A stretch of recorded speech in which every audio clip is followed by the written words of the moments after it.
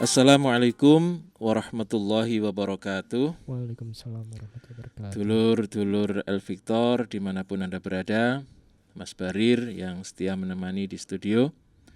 Pada malam hari ini kita akan membahas tentang siksaan orang-orang Mekah terhadap orang Islam dan hijrah yang pertama, yaitu ke Habasyah. Ya. Jadi setelah banyaknya pemuda-pemuda Quraisy yang masuk Islam, ini menjadikan tokoh-tokoh Quraisy merasa terancam, Mas Barir. Terancam itu maksudnya dari eksistensi mereka, kedudukan mereka. Lalu mereka bersepakat untuk tidak memberikan perlindungan kepada anggota sukunya yang telah masuk Islam. Nah, rata-rata pemuda yang masuk Islam. Yang tua-tua ini susah sekali. Ya, dari dulu begitu. Masya Allah. Nah, akhirnya kemudian hal ini menyebabkan intimidasi semakin dahsyat, terlebih bagi para budak dan para pelayan. Sayyidina Abu Bakar ketika melewati seorang kemudian dilempari pasir, Mas Barir, dilempar pasir. Tetapi sukunya justru bilang begini, ya itu salahmu sendiri. Kenapa engkau ikut Muhammad masuk Islam? Resiko ya. Resiko. Padahal dulu ndak, sebelum ada kesepakatan itu. Ketika ada apapun yang menyakiti anggota sukunya, pasti semua sukunya akan membela. Walaupun benar maupun salah tetap dibela waktu itu. Nah, mulai saat itulah mereka kemudian justru dibiarkan. Sayyidina Abu Bakar dilempari pasir, kemudian ketika sukunya melihat, ya itu salahmu sendiri. Kenapa engkau ikut Muhammad? Masya Allah. Lalu Sayyidina Utsman ibnu Affan ini diikat oleh pamannya. Masya Allah, diikat oleh pamannya. Lalu ayahnya kemana? Jadi ayah Sayyidina Utsman itu yaitu Affan bin Abil As. Ini sudah meninggal sebelum kenabian, Mas Barir. Kalau ibunya masih ada. Dan ibunya ini sudah masuk Islam dan nanti akan wafat di waktu kekhalifahan beliau, yaitu Sayyidina Utsman bin Affan. Kemudian ada seorang pemuda tampan, ya, perlinte. Ini pemuda tapi sering bersolek. Bajunya bagus, bajunya bagus, rambutnya pasti tersisir rapi. Kalau dia jalan di gang-gang Mekah itu, bau wanginya ini masih tercium, masih tercium dari kejauhan. Maksudnya dia orangnya sudah lewat tapi baunya masih itu. Banyak wanita-wanita yang buka jendela sedikit ngintip, ini mesti baunya Mus'ab bin Umar. Nah, itu Mus'ab bin Umar.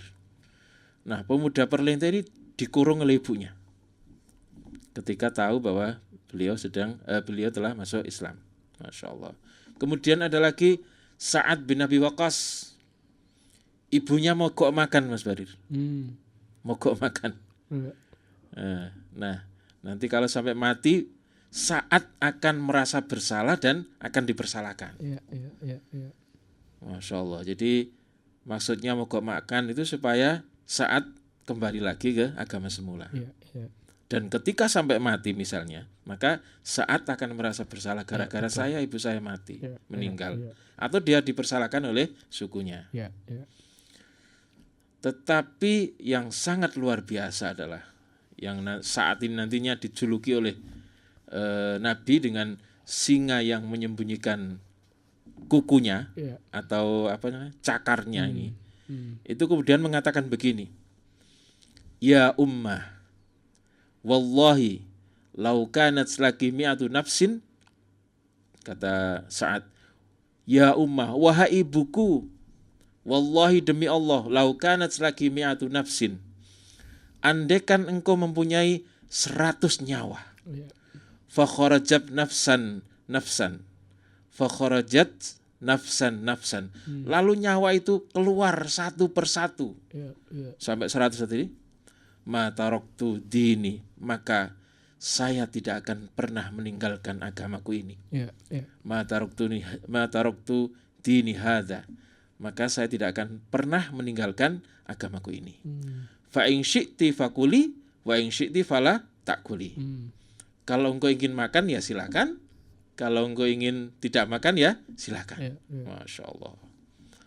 Lalu akhirnya kemudian melihat keteguhan daripada putranya Sa'ad bin Abi Waqqas, ibunya akhirnya menghentikan mogok makan itu. Dulu sering kan ada demo mogok makan sebenarnya. Bahkan mulutnya dijahit kan pernah ada dulu. Masya Allah. Ini akhirnya ibunya Sa'ad ini kalah. Akhirnya makan juga. Masya Allah. Nah, dulur-dulur El Victor, pada pertemuan yang lalu kita telah membahas bagaimana penyiksaan terhadap keluarga Yasir hingga syahid. Yasir dan istrinya syahid. Lalu anaknya yang bernama Ammar bin Yasir ini juga disiksa dengan begitu berat. Dan akhirnya kemudian anaknya ini mengeluarkan kata-kata yang nanti akan kita bahas setelah ini. Setelah kita membahas tentang penyiksaan yang dilakukan oleh orang-orang Quraisy kepada Bilal bin Rabah. Masya Allah. Nah, ketika Rasulullah melewati mereka, yaitu keluarga Yasir itu, beliau mengatakan, Sobron ala Yasir, fa inna mu'idakumul jannah. Bersabarlah wahai keluarga Yasir, karena sesungguhnya tempat yang dijanjikan bagi kalian adalah surga. Nah, pada hari itu juga, pada hari yang lain, beliau melihat Ammar bin Yasir ini sedang menangis. Beliau lalu bertanya, mengapa engkau menangis wahai Ammar? Lalu Ammar ini bercerita bahwa ketika ayahnya wafat, ibunya juga wafat dengan amat menyedihkan, yaitu ditusuk tombak dari bawah sampai ke mulutnya itu. Ini Ammar bin Yasir ini merasa tidak kuat Mas Ari dengan sisaan itu. Lalu ia terpaksa mengatakan bahwa Latta dan Uzza adalah Tuhan selain Allah. Atau kata-kata yang kalau dihukumi fikih itu syirik. Nah, mendengar kalimat itu, Rasulullah dengan menahan lelehan air mata itu, beliau mengatakan, in adu fa'ud bima qulta. Jika mereka kembali menyiksamu wahai Ammar bin Yasir, katakan seperti apa yang telah engkau katakan agar engkau terbebas dari siksa tersebut. Lalu beliau berdoa, Allahumma gfir li ali Yasir. Masya Allah. Wahai Allah, ampunilah keluarga Yasir. Nah, dulur-dulur El Victor, maka pernyataan Nabi ini kemudian menjadi dalil bahwa jika jiwa terancam, maka seseorang dikasih dua pilihan. Tetap kekeh pada keimanannya, atau diperbolehkan mengatakan yang kalimat itu secara fikih dia telah murtad, seperti Ammar bin Yasir tadi. Karena siksaannya luar biasa, kemudian beliau mengatakan Latta dan Uzza adalah Tuhan selain Allah. Masya Allah. Lalu bagaimana dengan Bilal bin Rabah? Ketika Rasulullah mendengar Bilal ini disiksa, beliau mengatakan Bilal saat ini sedang disiksa oleh majikannya, yaitu Umayyah bin Khalaf. Dia hanya mengucapkan kalimat ahadun ahad, ahadun ahad, yaitu penggalan dari satu kata surat yang pendek, yaitu Al-Ikhlas, Qul huwallahu ahad, ahadun ahad. Nah, Abu Bakar dengan kecerdasannya ini yang dimiliki oleh perasaannya, kalimat itu dipahami bahwa seakan-akan Bilal mengatakan, semoga Zat yang Maha Esa menyuruh seseorang untuk membebaskan aku. Jadi kalimat yang disampaikan Bilal ahadun ahad ini ditangkap oleh Sayyidina Abu Bakar itu sebagai kalimat yang semoga Allah membebaskan aku dari siksaan ini. Zat yang Maha Esa itu. Masya Allah. Oleh sebab itu kemudian Sayyidina Abu Bakar mendatangi Umayyah bin Khalaf yang waktu itu masih berada di tempat penyiksaan itu. Ya. Beliau mengatakan, tidakkah engkau takut kepada Allah terhadap orang miskin ini? Sampai kapan engkau akan menyiksanya? Ya. Lalu Umayyah mengatakan, engkaulah orang yang telah merusaknya, yaitu membuat Bilal ini masuk Islam. Ya. Engkaulah orang yang telah merusaknya, maka selamatkanlah dia dari apa yang engkau lihat. Lalu Sayyidina Abu Bakar mengatakan, aku bebaskan dia dengan 7 uqiyah dirham. Nah, 7 uqiyah dirham itu kalau saya hitung, kalau enggak salah ya Mas Barir, ini sekitar 68 juta. Ya, jadi dirham itu uang atau koin perak. Kalau dinar mas, Masya Allah. Kata Umayyah, aku terima. Aku terima tebusan itu. Nah, setelah transaksi selesai, Umayyah ini mengatakan dengan nada mengejek Sayyidina Abu Bakar. Ya. Dia mengatakan begini, demi Latta dan Uzza, seandainya engkau hanya membayar 1 uqiyah saja. Ya, berarti kalau tadi kan 7 uqiyah. Nah, andai kan engkau membayar 1 uqiyah saja, niscaya aku tetap akan menjual kepadamu. Sebab bagi saya dia itu sudah tidak berguna. Dia sudah tidak berguna. Lalu ejekan itu dibalas oleh Sayyidina Abu Bakar. Wallahi, lau abaita illa mi'atu uqiyatin la'a'taitukaha. Masya Allah. Demi Allah, seandainya engkau meminta 100 uqiyah sekalipun, maka pasti tetap akan aku bayar. Jadi kalau ada orang yang sombong, harus disombongi. Nah, ini sedekah namanya Mas Ferry. Tetapi juga bisa dimaknai bahwa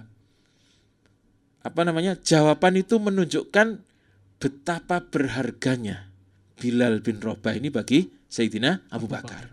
Sebab Sayyidina Abu Bakar tidak hanya ngomong saja, andai kan diminta 100 uqiyah emas pun dia akan membayar. Masya Allah. Nah, dulur-dulur Al-Victor, Mas Barir yang berada di studio, semakin lama intimidasi ini dan siksaan ini semakin berat. Hampir tidak ada yang bisa lolos dari siksaan. Mungkin hanya Rasulullah dan keluarganya saja yang tidak tidak tersentuh oleh mereka, kekejaman mereka. Sebab Bani Hashim dan Bani Muthalib tetap berada di belakang mereka. Nah, kalau suku-suku yang lainnya kan sudah berlepas tangan Mas Bari. Silakan kalau mau disiksa, pokoknya nggak dibunuh saja. Kayak gitu. Masya Allah. Tetapi Bani Hashim dan Bani Muthalib tetap dengan kekeh, dengan teguh berdiri tegak di belakang Rasulullah. Baik yang sudah beriman maupun yang belum beriman. Jadi mereka siap membela Muhammad ibni Abdullah yang bagi mereka adalah manusia terbaik dari suku mereka. Kecuali satu saja yang tidak membela. Siapa Mas Farid? Siapa? Dari suku Bani Hashim dan Bani Muthalib, pamannya. Siapa pamannya? Siapa itu? Abu Lahab. Masya Allah. Jadi Abu Lahab nanti akhirnya dikecam oleh sukunya sendiri dan diolok-olok oleh suku orang lain. Gimana sampean itu? Paman kok begitu? Paman kok model begitu? Jadi walaupun yang memusuhi Nabi juga mengolok-olok ini. Karena perbuatan itu tidak lazim bagi orang Mekah. Masya Allah. Nah, kondisi seperti itu membuat Rasulullah ini semakin resah. Beliau merasakan bahwa Mekah bukanlah tempat yang aman bagi orang-orang yang beriman, orang-orang muslim. Lalu beliau memohon kepada Allah agar diberi petunjuk untuk menyelamatkan kaum muslimin dari kondisi yang sangat buruk itu.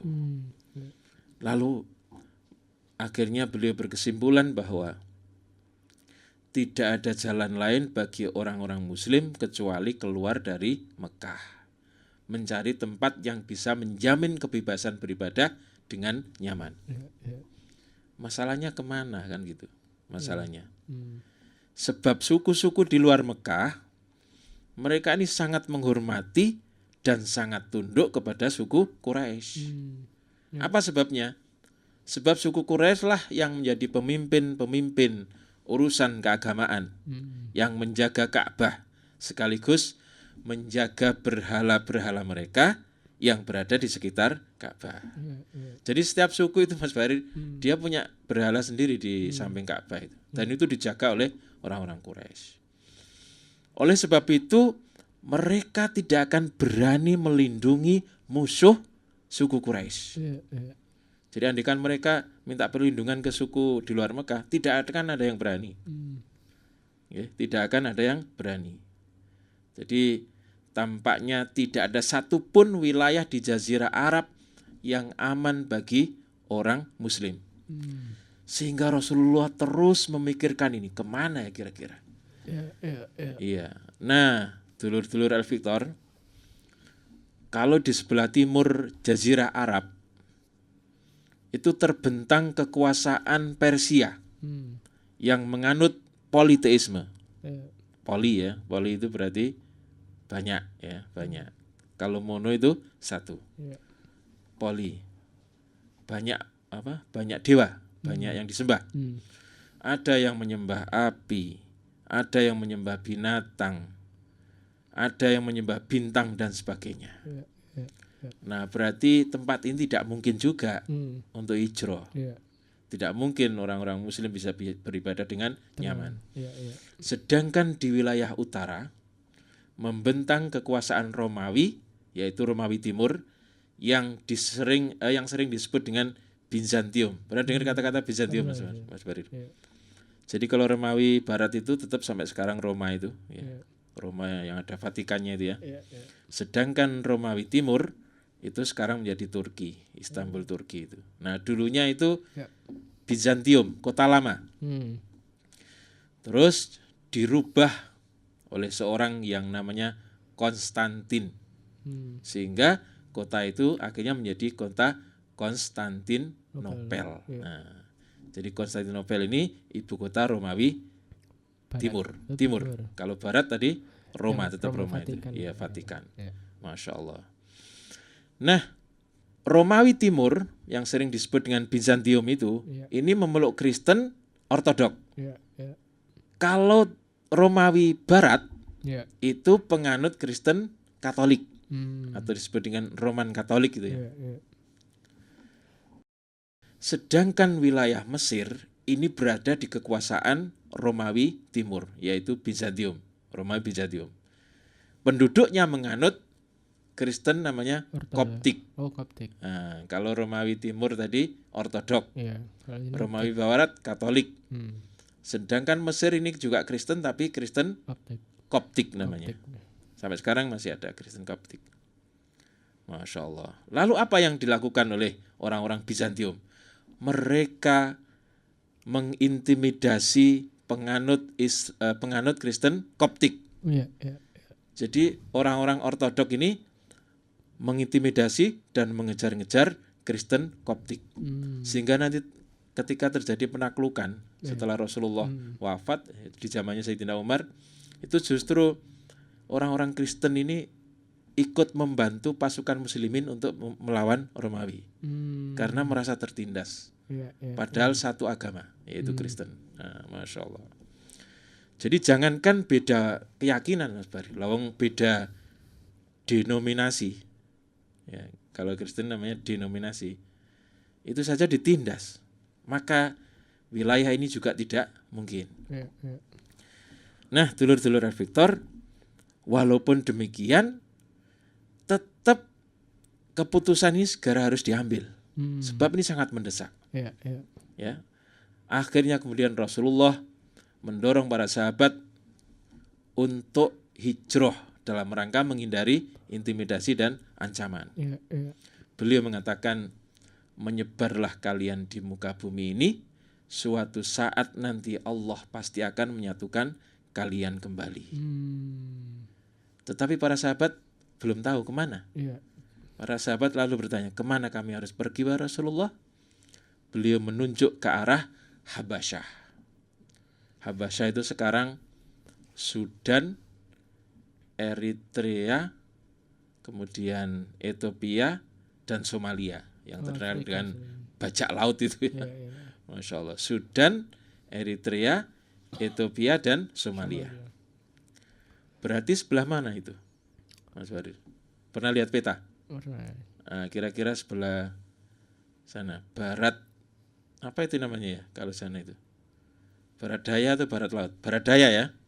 Kurang apa saya? Ya, barat, barat agak ke selatan. Ya. Itu Habasyah. Jadi Habasyah menjadi tujuannya karena memang sebelumnya juga orang-orang Mekah itu sering ke Habasyah dalam rangka berdagang, sehingga mereka mempunyai hubungan baik. Bahkan sebagian besar penduduknya ini juga mempunyai hubungan baik dengan orang-orang Mekah. Ya, ya. Lalu agamanya apa?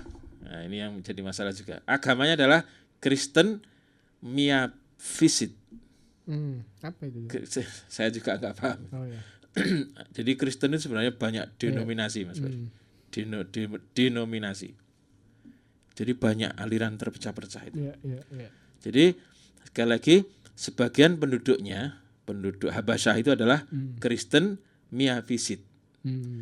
Sedangkan wilayahnya berada di bawah kekuasaan Romawi. Tetapi ini negara tidak begitu kaya sehingga tidak ada tekanan-tekanan. Ya, ya. Lalu beliau mengatakan, "Lau kharajatum ilal arabil Habasyah fa inna biha malikan la yudlamu indahu ahadun." Seandainya kalian pergi ke Habasyah, sesungguhnya di sana ada seorang raja yang tidak seorang pun di sisinya kemudian dizolimi. Berarti raja ini sangat adil. Ya, ya. Agamanya Kristen, tetapi sangat adil. Ya. Wahya ardun sidqin. Negeri itu adalah negeri yang baik, negeri yang bagus. Hatta yaj'alallahu lakum farajan mimma antum fi. Hingga Allah memberikan jalan keluar bagi kalian dari keadaan yang sedang kalian alami. Masya Allah. Saya membayangkan betapa beratnya saat itu. Betul, betul. Betapa beratnya. Jika seseorang harus terpaksa pergi, Mas Barir, meninggalkan tanah air, Ya, ya sudah lama di situ, terus terpaksa meninggalkan tanah air, Masya Allah, semuanya ditinggal. Hanya mungkin bisa bahwa saat itu kan belum ada mobil, belum ada apa-apa. Apalagi hijrahnya juga sembunyi-sembunyi. Masya Allah. Lalu bagaimana ketika nanti sampai di tempat tujuan? Ya. Mereka makan apa nanti? Mereka akan bekerja apa? Ya. Itu kan berat, Mas Barir. Ya, ya. Masya Allah. Ini yang dirasakan oleh orang-orang yang beriman pada waktu itu. Ya, Masya Allah. ya, ya. Jadi demi keimanan itu mereka harus meninggalkan tanah air demi mencari kebebasan. Lalu di antara mereka ada yang terpaksa meninggalkan ibunya yang sudah tua, Ya, ya. sendirian di rumah karena bapaknya sudah meninggal. Mereka harus melakukan perjalanan yang jauh. Jauh. Ya. Sehingga kalau sudah tua sudah tidak mampulah melakukan perjalanan jauh. Ya, ya, ya. Nah, para sahabat pun mulai hijrah secara sembunyi-sembunyi. Sendiri-sendiri ya, ada yang suami istri dan lain-lain. Satu keluarga maksudnya sendiri-sendiri ini. Mereka telah bersepakat untuk bertemu di tempat yang sudah ditentukan. Titik kumpul gitu. Titik kumpul ya, titik kumpul.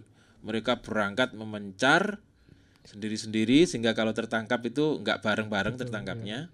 Tetapi mereka bersepakat ketemu di mana gitu. Masya Allah.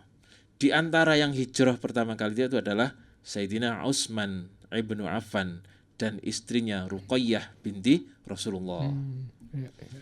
Jadi Ruqayyah ini bersikeras untuk ikut suaminya baik dalam suka maupun duka. Bayangkan Sayyidina Utsman itu hidup mapan, Mas Barir, kaya raya, Ya.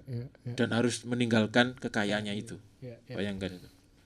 Dan waktu itu Ruqayyah sedang hamil. Masya Allah. Ada juga Zubair bin Awam yang merupakan keponakan Khadijah. Ya. Berarti ada dua orang. Yang pertama bukan 2 orang maksudnya, yang berhubungan dengan Sayyidatina Khadijah, Ya. putri dan keponakannya. Hmm.